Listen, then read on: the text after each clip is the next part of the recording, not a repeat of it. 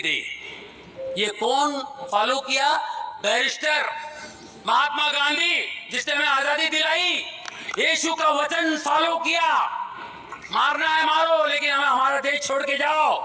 अंग्रेजों को भगाना मामूली बात है, यीशु का वचन फॉलो किया उन्होंने। हालेलुया। लोग ये समझते हैं महात्मा गांधी जी का, नहीं, बाइबल से लिया है उन्होंने। इसलिए मैं कोई शब्दों की त्रुटि हुई हो तो आप कृपालु हैं, दयालु हैं, दास को बार बार क्षमा कीजिए। मैं तो आप सबके चरणों की पांव की धूल हूँ। मेरे शब्दों की त्रुटि आप जरूर क्षमा करेंगे, ऐसा मुझे आप सब पर पूरा पूरा भरोसा है। यीशु को नहीं जानते, जीसस को नहीं जानते। हम कहते हैं जीसस खुदा है, खुदा का बेटा खुदा, गॉड का बेटा गॉड। उन्होंने खुद कहा, चेलों ने कहा आप अपने पिता से हमें मिलाइए।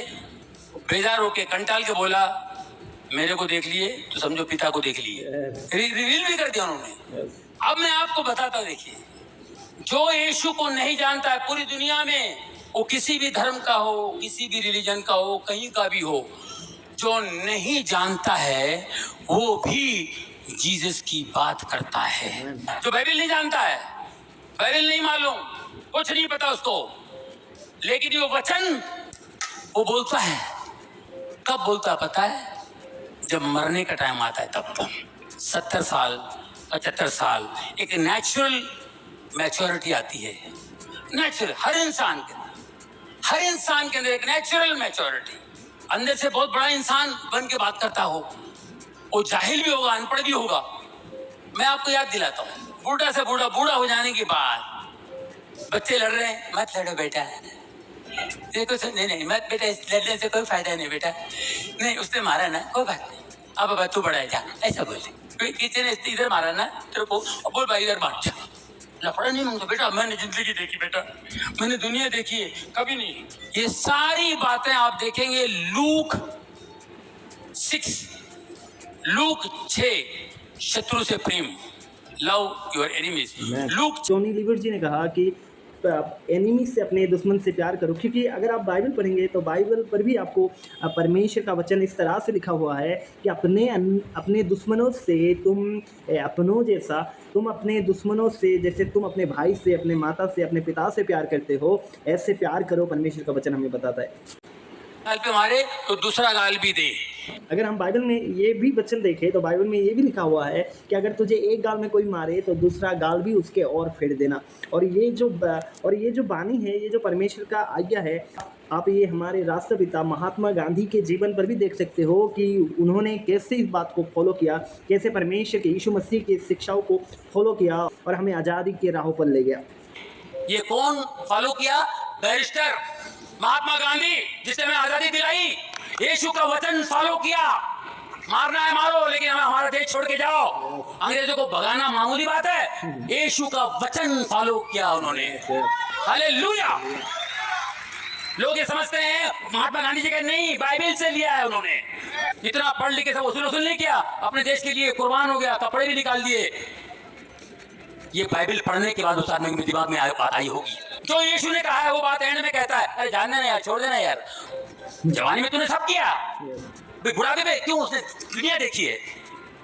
अब कहता है तो लोग सुनते नहीं है। ये हर आदमी ये वचन, परमेश्वर का जो वचन है, यीशु ने जो कहा वो बातें क्यों करता है? इसलिए करता है कि वही क्रिएटर है, वही क्रिएटर है तो उसके बच्चे उनकी बात बोलेंगे, उनके बच्चे बात कहेंगे।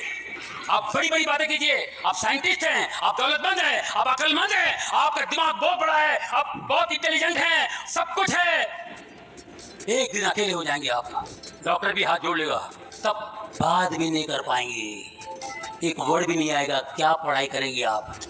ये पढ़ने से ऐसा होगा, ये पढ़ने से ऐसा होगा, ये पढ़ने से आपको ये हो जाएगा, वो पढ़ने से, पढ़ने की भी औकात नहीं होगी, खाली एक ही बात। अब क्या फायदा? कनेक्शन लगाया ही नहीं कभी, रिलेशन बनाया ही नहीं कभी।